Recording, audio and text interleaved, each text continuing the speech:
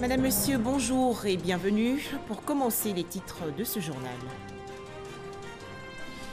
En Côte d'Ivoire, l'ouverture hier de la concertation nationale sur l'enseignement supérieur et la recherche scientifique. Les travaux ont été lancés par le Premier ministre Amadou Gon Coulibaly. Objectif, proposer des solutions pour mettre fin aux maux qui minent ce secteur. Beaucoup de joie chez les populations de Tounzuebo, dans la région centre du pays. Ce village a désormais un établissement de santé, une chapelle et une grotte mariale. Ces infrastructures sanitaires et religieuses ont été récemment inaugurées. En fin des heures, dans le nord-est de la République démocratique du Congo, plus de 160 corps ont été découverts par des populations locales dans la brousse. Je vous l'annonçais dans les titres, le Premier ministre Amadou Gon Coulibaly a présidé hier l'ouverture de la concertation nationale sur l'enseignement supérieur et la recherche scientifique. Thème retenu, quel système d'enseignement supérieur et de recherche scientifique pour une Côte d'Ivoire émergente? Cette rencontre vise à faire de ce secteur un levier important du développement économique et social du pays. Mahama Traoré. Surpopulation estudiantine, adéquation formation-emploi, amélioration des conditions de vie des étudiants et des enseignants, financement de la recherche. Face à de tels défis, quel système d'enseignement supérieur et de recherche scientifique compatible à l'avènement d'une Côte d'Ivoire émergente? La question mérite la rédaction d'une thèse et même mieux, la tenue d'une concertation nationale à laquelle le gouvernement a convié tous les acteurs du système éducatif. Par-delà les questions qui seront mises à débat, c'est de la formation des jeunes à venir de ce pays qui sera au cœur de cette concertation nationale. La Côte d'Ivoire, qui a toujours fait de l'éducation la priorité des priorités, attend des recommandations idoines à l'issue de nos travaux pour relever les défis cardinaux de l'enseignement supérieur et de la recherche scientifique, que dis-je, pour faire face aux défis du développement de la Côte d'Ivoire. De 2012 à 2019, c'est plus de 700 milliards de francs CFA que l'État a investi dans le vaste programme de réhabilitation, d'extension et de décentralisation des universités publiques, sans compter les subventions annuelles allouées aux travaux de recherche et à l'octroi des bourses. Rappelant tous ces efforts du gouvernement à l'ouverture de cette concertation nationale, le Premier ministre Amadou Gon Coulibaly n'a pas manqué de lancer un appel à l'endroit du monde universitaire. Vous me permettrez de rajouter un autre enjeu, qui est celui de l'harmonisation de la rentrée universitaire 2020-2021 à la même date pour toutes les universités et toutes les UFR de notre pays. Le gouvernement est conscient qu'il reste encore beaucoup à faire. Cependant, tout cela n'est possible que dans un climat social apaisé. J'appelle donc à la responsabilité et à l'engagement de tous les acteurs de la communauté universitaire afin de faire de nos établissements d'enseignement supérieur des temples du savoir et de la qualité pour relever les défis du capital humain national.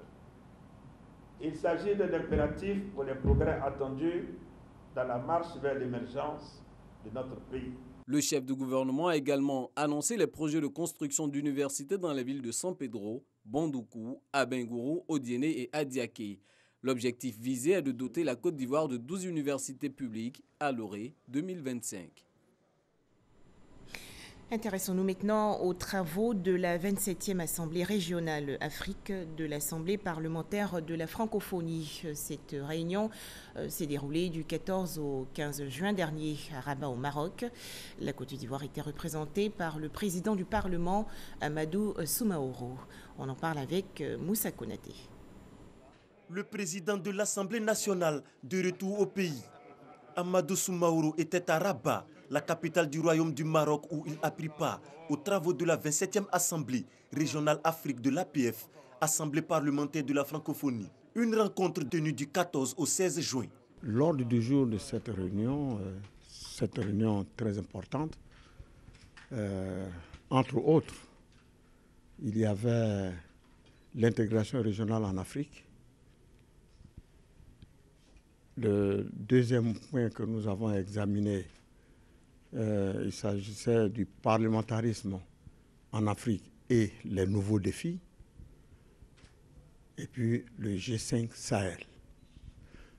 Alors, je voudrais vous rassurer que sur toutes ces questions, nous avons adopté des résolutions qui tiennent compte des aspirations de nos populations. La 27e Assemblée de la région Afrique de l'APF a vu la participation d'une vingtaine de pays. Le président Amadou Soumaoro salue le soutien de ces pays à la Côte d'Ivoire lors de cette session. Nous avons veillé au respect de la souveraineté nationale de notre pays. Nous avons aussi veillé à la non-ingérence dans les affaires intérieures de la Côte d'Ivoire. L'APF a respecté mot à mot ces dispositions qui sont contenues dans sa charte. Nous avons été soutenus par tous les États membres à cette réunion. Et c'est l'occasion pour moi de remercier tous mes homologues qui nous ont soutenus comme un seul homme. C'est la ville de Kinshasa, capitale de la République démocratique du Congo, qui va abriter la 28e Assemblée régionale Afrique de l'APF en 2020. Monnaie et intégration économique, enjeux pour le secteur privé en Afrique. C'est le thème de la 6e édition du Forum Africalia, organisé il y a quelques jours par la Chambre de commerce et d'industrie de Côte d'Ivoire. Ce rendez-vous économique a été marqué par des rencontres business to business et des signatures de partenariats. Les explications dans ce reportage de Francis Boifo. Plus de 600 chefs d'entreprise à Africalia, Forum ouest-africain de développement des entreprises. Africalia favorise le développement de partenariats entre opérateurs économiques. Léa Nguessan est avocate au barreau de Paris. Elle participe pour la première fois à cette plateforme d'échange économique. Une juriste parmi des hommes d'affaires. Cela suscite des interrogations et pourtant. L'investissement, c'est savoir lire un contrat, savoir connaître un peu les règles juridiques et lorsqu'on a un doute, poser la question à son conseil. C'était un secteur que beaucoup d'entrepreneurs négligent et nous avons compris qu'avoir un conseiller juridique, c'est se protéger de tous les incidents qui peuvent survenir dans votre entreprise. 6 000 rencontres d'affaires programmées en 48 heures dans cette salle du Sofitel Hôtel Ivoire d'Abidjan. Les opérateurs économiques ne veulent manquer aucun rendez-vous, surtout que les échanges sont souvent sanctionnés par des partenariats. Aujourd'hui, je vais faire un partenariat avec une société spécialisée dans tout ce qui va être location véhicule parce que dans la conciergerie, ça reste un élément essentiel. C'est que lorsque mes clients vont arriver sur Abidjan, j'aurai pu à beaucoup réfléchir, j'aurai une entreprise avec laquelle je vais travailler et qui pourra me faire des prix compétitifs. J'ai rencontré une promotrice qui a un projet qui a une envergure sociale qui vise à donner de l'emploi à des femmes handicapées en valorisant une de nos ressources qui est l'anacarde. Ça, c'est une cause qui nous touche, qui touche un peu notre fibre sociale. Et étant donné que nous avons accompagné plusieurs acteurs dans l'agro-industrie, nous avons la capacité de l'aider à mettre en place des partenariats qui vont, elles, l'aider à développer son business. Après 2 jours de rencontres initiées par la Chambre de commerce et d'industrie de Côte d'Ivoire et celle du Burkina Faso, le Forum ouest-africain de développement des entreprises, Africalia, a refermé ses portes à Abidjan. Nous attendions à environ 500 participants et nous sommes à plus de 700 participants. Pour 6 000 rendez-vous prévus, nous sommes largement au-delà et nous sommes presque à 7 000. Les entreprises ivoiriennes ont noué des partenariats, ont eu, j'allais dire, des rendez-vous d'affaires et ont des projets communs avec d'autres entreprises venant d'Afrique, d'Europe, d'Amérique et d'Asie. Cela va améliorer justement la performance de nos entreprises. Rendez-vous en juin 2020 à Ouagadougou, au Burkina Faso. Ils ont été présentés au drapeau et ont reçu les insignes de leur grade. 136 officiers et sous-officiers des douanes ont ainsi terminé leur formation à l'école des sous-officiers d'active de Bouaké, dans le centre du pays. Lors de cette cérémonie, ces nouveaux douaniers ont bénéficié des conseils sur l'honnêteté et l'intégrité, 2 valeurs clés pour réussir leur mission.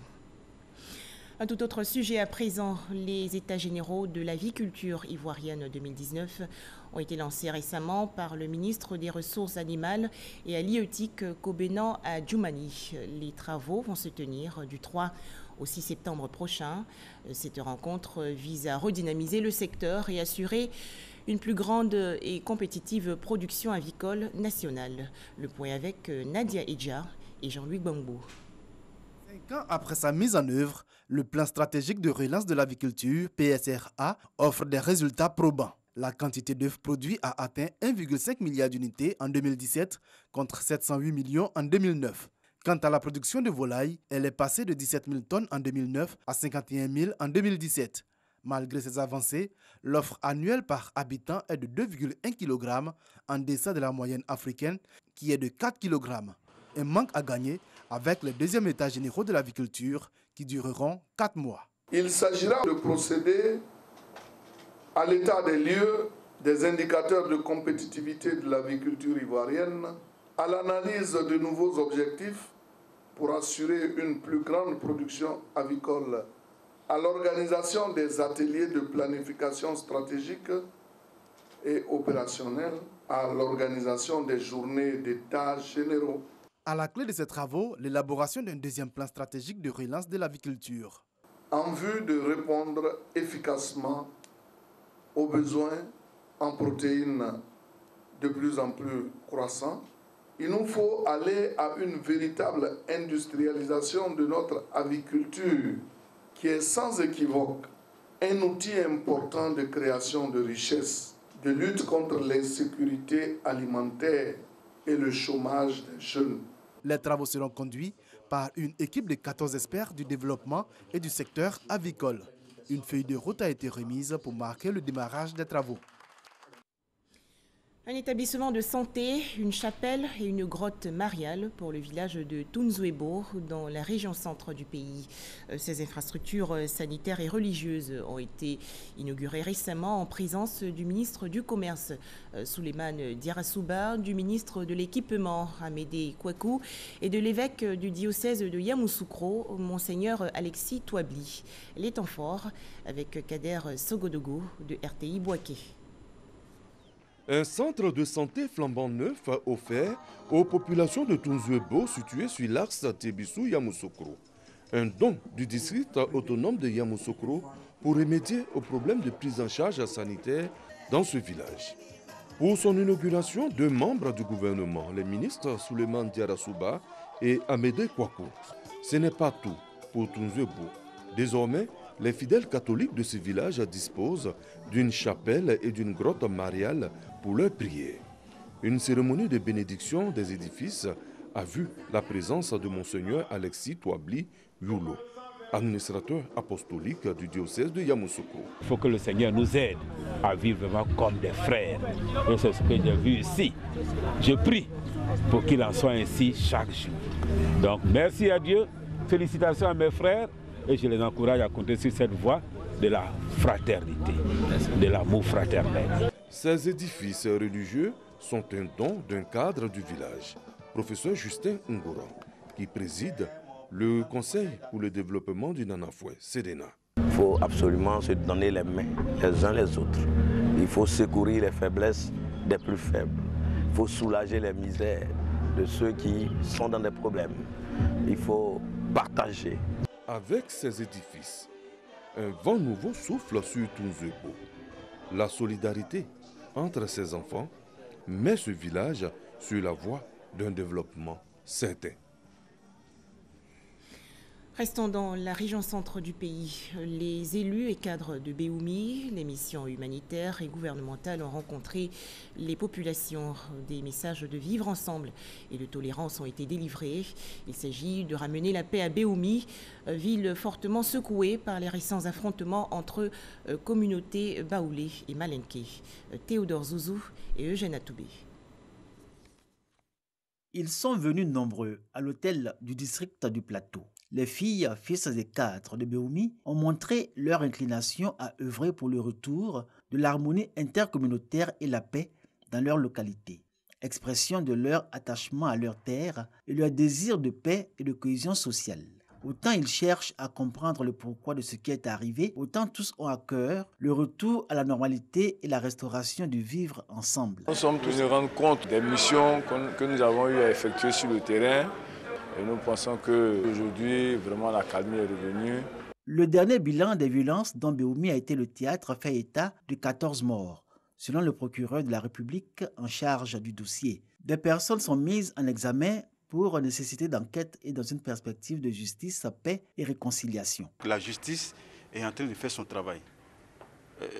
En tant que jeunes, nous souhaitons qu'on laisse la justice aller jusqu'au bout pour ne plus que ces comportements ne puissent encore se reproduire.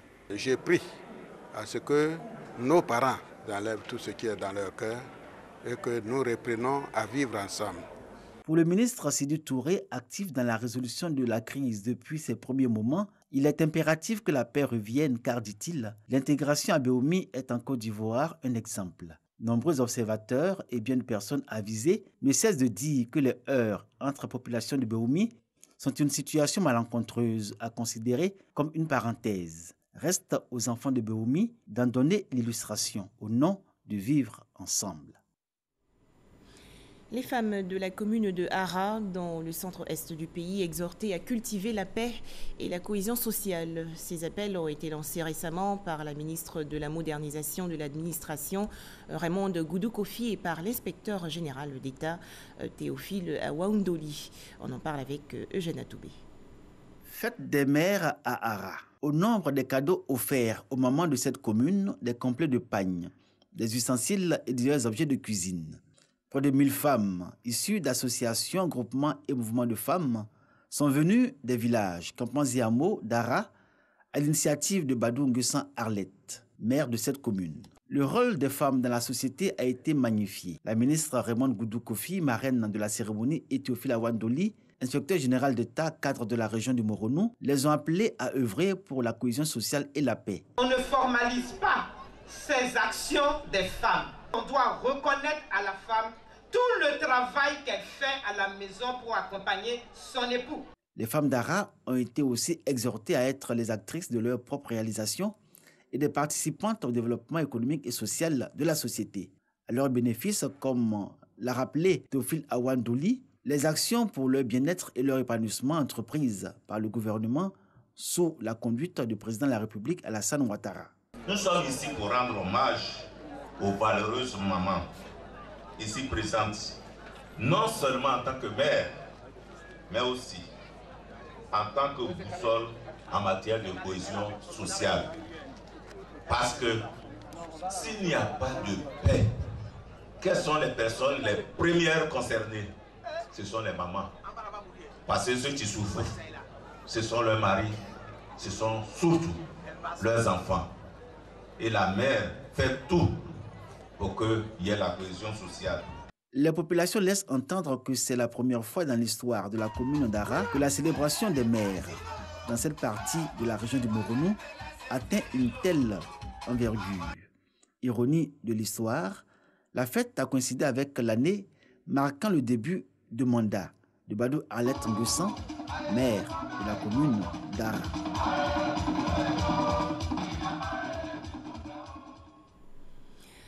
Célébration hier de la journée mondiale de lutte contre la désertification et la sécheresse. En Côte d'Ivoire, la cérémonie officielle s'est déroulée à Toumoudi, ville du centre du pays, et cela en présence du ministre de l'Environnement et du Développement durable, le professeur Joseph Sekaseka. Thème retenu, cultivons l'avenir ensemble. On fait le point avec Djeneba Ouattara et Kader Sogodogo de RTI Bouaké. La commune de Toumoudi a été choisie pour abriter la journée mondiale de la lutte contre la désertification et la sécheresse JMLDS édition 2019. Cultivons l'avenir ensemble, tel est le thème autour duquel les activités se tiennent. Une action qui s'inscrit dans le cadre de la quinzaine nationale de l'environnement et du développement durable du ministère de tutelle. Il s'agit d'attirer l'attention des populations sur les effets néfastes de la dégradation des terres. La poursuite de la dégradation des terres, selon les experts, est alarmante qui devrait pousser, si cela ne l'est déjà, près de 700 millions de personnes à l'exil à travers le monde à l'heure actuelle. Je voudrais donc inviter toutes les populations de la région du pays à s'engager résolument dans la lutte contre la désertification imputable à la dégradation de nos forêts. Le département de Toumoudi, pour sa part, s'inscrit résolument dans la dynamique de préservation de l'environnement.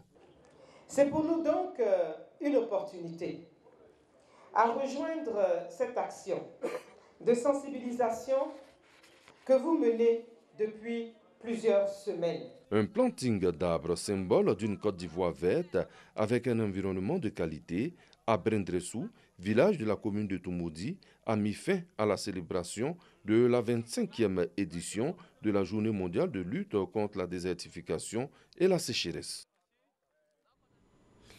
Et dans le cadre de la quinzaine nationale de l'environnement, une journée porte ouverte a été organisée dans les locaux de l'Agence nationale de l'environnement dans la commune de Cocody. Rencontre en présence du ministre Joseph Sekaseka. Objectif, sensibiliser les populations à l'importance de la préservation de l'environnement. David Soyo et Jean-Luc Bangou. La désertification, la sécheresse et les changements climatiques s'invitent de plus en plus à nos portes. Une situation inquiétante pour les professionnels de l'environnement. Les journées portes ouvertes organisées dans le cadre de la quinzaine de l'environnement et du développement durable visent à sensibiliser la population dans la préservation de l'environnement et leur montrer ce qui se fait dans la lutte contre sa dégradation. À la tête de cette sensibilisation, Joseph Sekaseka, ministre de l'Environnement et du Développement durable. La protection de l'environnement est l'affaire de tous.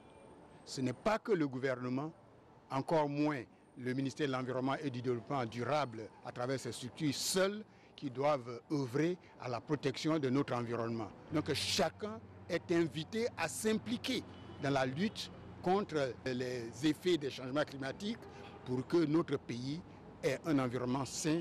Occasion également pour les structures et ONG environnementales de présenter leurs produits. Nous sommes venus présenter les 4 projets qui sont financés par la Banque mondiale sous la tutelle du ministère de l'Environnement et qui aident la Côte d'Ivoire à restaurer notre couvert forestier, donc à assainir notre cadre de vie à travers la lutte contre la déforestation, donc le mécanisme REDD+, pour réduire les émissions de gaz à effet de serre issues de la déforestation et de la dégradation des forêts. Je suis venu présenter l'ANDE, qui est l'Agence nationale de l'environnement, qui a pour mission fondamentale de garantir la prise en compte des considérations environnementales dans les politiques, plans et programmes et projets de développement initiés en Côte d'Ivoire. Les visiteurs, en majorité des élèves et étudiants, ont investi les différents stands. Il y a un stand qui parlait du recyclage des déchets, transformer certains déchets et puis éviter aussi les déchets solides de les rejeter dans la nature. Pendant 72 heures, population et experts de l'environnement ont échangé pour lutter ensemble contre la pollution de l'air, de l'eau et surtout contre la déforestation. On poursuit avec la 11e édition de la Journée mondiale de l'accréditation autour du thème « L'accréditation, valeur ajoutée à la chaîne de production ». Cet événement a pour but de mieux faire connaître au grand public l'importance des activités liées à l'accréditation. Le point avec Patricia Omouetia. Comme chaque année, l'organisme africain d'accréditation CRESAC commémore la journée d'accréditation avec un programme riche en interventions. Une occasion pour faire le point sur l'importance de l'accréditation et sur le bilan des organismes et laboratoires accrédités. Quand vous êtes accrédité, vous donnez crédit, vous donnez confiance, si bien que vous fidélisez, n'est-ce pas, donc votre clientèle. La commémoration a vu la présence d'invités de marque représentant différents secteurs économiques, d'associations professionnelles nationales, de représentants d'organismes étrangers. Tous les labos, tous les services publics de santé notamment doivent être accrédités, à savoir des normes universelles, des référentiels du niveau international qui puissent permettre à ces pays de dire que ce que je délivre comme résultat, comme normes, comme procédures, répondent aux standards du niveau international. Pour le ministre de la Santé, il convient de faire en sorte que les établissements de santé impliqués dans le système de la couverture maladie universelle s'engagent dans la démarche qualité pour être accrédités. J'attends de vos réflexions des résolutions majeures et des orientations adaptées capable de permettre au système de santé des pays d'Afrique du Sud, d'Afrique au sud du Sahara, d'opposer une rivalité saine en termes de performance avec leurs homologues des autres continents. La quête permanente de la qualité positive et de l'excellence dans tous les secteurs d'activité demeure une véritable préoccupation de nos États. Le projet de couverture maladie universelle va démarrer le 1er octobre prochain en Côte d'Ivoire. Mais pour l'heure, des journalistes ont bénéficié d'une formation initiée par la Caisse nationale d'assurance maladie. Les travaux ont porté sur les modalités de paiement, les actes et tarification de la CEMU. Les explications de Christelle Bédédja et Patricia Omouetia. Former les journalistes sur les modalités de paiement, les actes et les tarifications de la couverture maladie universelle, une initiative de la Caisse nationale d'assurance maladie pour informer et permettre à toutes les populations, quel que soit le lieu où elles se trouvent, de payer leurs cotisations selon le canal qui leur convienne. Nous avons deux types de populations. Les populations du secteur formel, les collectes se feront à la source et systématiquement. Pour le secteur informel et agricole, les collectes se feront via les opérateurs mobiles que nous avons mis, les numéros que nous avons mis à disposition, les banques partenaires et les microfinances. La chose la plus importante, c'est le numéro Sécu qui est sur la carte d'assuré. Il faut obligatoirement avoir sa carte Sécu, donc nous incitons les populations à retirer leur carte. C'est à la suite de ce numéro Sécu qui figure sur la carte CMU qu'on pourra payer les cotisations pour son compte. Les prestations de la CEMU prennent en compte les consultations, les urgences chirurgicales, les soins d'hospitalisation médicale et les radiologies bucco-dentaires. Il existe des contrées où malheureusement on n'a pas encore de médecins. Il faudrait quand même que les populations aient accès aux consultations. Concernant les actes médicaux, à savoir les actes de chirurgie, les actes bucco-dentaires ou les actes de biologie, ils seront pris en charge aussi sur la base du panier de soins, selon la nouvelle codification qui a été établie par le ministère de la Santé depuis 2016. Sont concernés par ces prestations les établissements sanitaires publics et les établissements sanitaires privés investis des missions de service public. Pour les journalistes présents à cette formation, cette mise à niveau est importante. Bon, je pense que cette formation est la bienvenue. Ça permettra à nous journalistes, mais aussi à la population de façon générale de savoir ce à quoi sa cotisation ou les prélèvements qu'ils vont faire va servir. Les paiements pour la couverture maladie universelle se font via les opérateurs mobiles, les microfinances et les banques. Ils peuvent être individuels ou familiales pour un coût de 1 000 francs par mois. Lancé en janvier 2019, le prélèvement pour la CEMU est obligatoire et sera effectif à partir du 1er juillet prochain. Des nouvelles sportives à présent. La Côte d'Ivoire va abriter le siège de la Fédération internationale de Maracana. Annonce faite récemment par le ministre des Affaires étrangères Marcel Amontano, également parrain de la finale de la 10e édition du championnat national de Maracana. Les détails avec Benson Pierraka du service sport.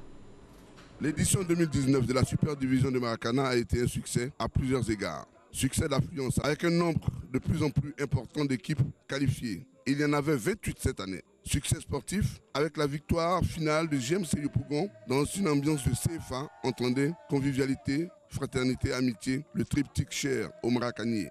Succès diplomatique enfin avec la bonne nouvelle apportée à la famille du Maracana. Vous avez demandé au ministère des Affaires étrangères un accord de siège. J'ai le plaisir de vous annoncer que j'ai signé l'accord de siège en faveur donc de la FIMA. Non, il a dit FIMADA, non, c'est la FIMA. C'est la Fédération internationale de Maracana. Le Maracana est une discipline créée en Côte d'Ivoire par les Ivoiriens. Après la mise sur pied en 2009 de la Fédération ivoirienne, la fièvre du Maracana s'est rapidement propagée en Afrique et touche déjà de nombreux pays hors du continent. Les raisons de cette expansion rapide sont identifiées. Ce sport contribue à resserrer les liens entre Ivoiriens, contribue à consolider la paix en Côte d'Ivoire, la stabilité, la cohésion sociale. Il n'y a pas de discrimination en sport, il n'y a pas de discrimination au Maracana. Religion, ethnie, origine, on ne regarde pas tout ça, on regarde l'effort fourni. La Fédération internationale de Maracana, FIMA, aura donc son siège en Côte d'Ivoire. Elle est dirigée par un Ivoirien, bleu-louan, Jean Charlemagne. La prison à vie requise hier contre les généraux Djibril Bassolé et Gilbert Diendéré, cerveau présumé du coup d'État manqué de septembre 2015 au Burkina Faso. Le parquet a également demandé que les deux généraux soient destitués de leur grade. À noter que des peines allant de 5 à 25 ans de prison ferme ont été requises contre plusieurs autres accusés.